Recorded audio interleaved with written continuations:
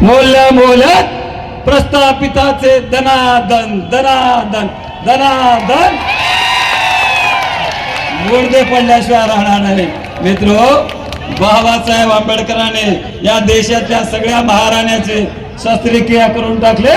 आता राजाचा जन्म जर घालायचा असेल मतपेटीतून घालावं लागेल. राजाचा जन्म घालण्याची वेळ आहे मित्रांनो. म्हणून जाता जाता एकच सांगेल, माझी निशाणी आहे कपाट. मी बाळासाहेबांना फोन केलं, बाळासाहेब मला कपाट भेटली आहे चिन्ह. बाळासाहेब म्हणले चांगली गोष्ट आहे, आपल्या घरात कुठं कपाट आहे, आपल्या तर घरच बरोबर नाही. मी म्हणलो बाळासाहेब, ही सामाजिक परिवर्तनाची लढाई, सामाजिक बदल नाही.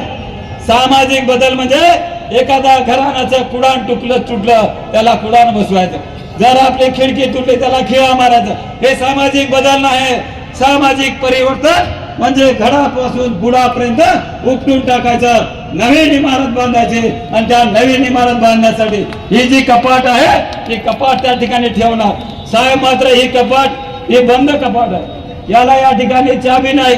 मी म्हणलो बा ही चाबी कुठं असेल, मी गावागावामध्ये शोधतो, वाडी तांड्यामध्ये शोधतो. तुम्ही बसलेल्या पैकी कोणाच्या तरी खिशात कपाटाची चाबी असेल.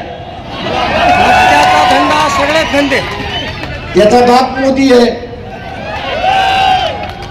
कारण का ते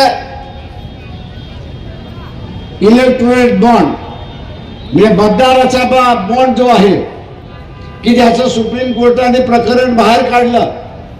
बँकेला, स्टेट बँकेला सांगितलं की कोणी कोणी किती किती बॉन्ड खरेदी केले आणि ते कुठल्या पक्षासाठी खरेदी केले याचा सगळा तक्ता जनतेपुढे मांडला.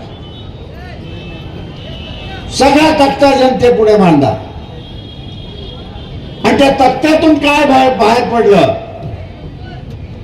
त्या तक्त्यातून बाहेर काय पडलं, त्या तक्त्यातून दोन गोष्टी बाहेर पडल्या. ज्यांच्या वरती ईडीची धाड आली, ज्यांच्या वरती ईडीची नोटीस आली, इन्कम टॅक्सची नोटीस आली, पोलिसाची नोटीस आली किंवा त्याला बेल मिळत नव्हता, अशा जे हे मतदाराचे बॉन्ड खरेदी केले, भारतीय जनता पक्षाला दिले आणि त्याची सुटका झाली. अशी असली इन्क्वायरी झाली नाही. या पंतप्रधानाने ईडी, सीबीआय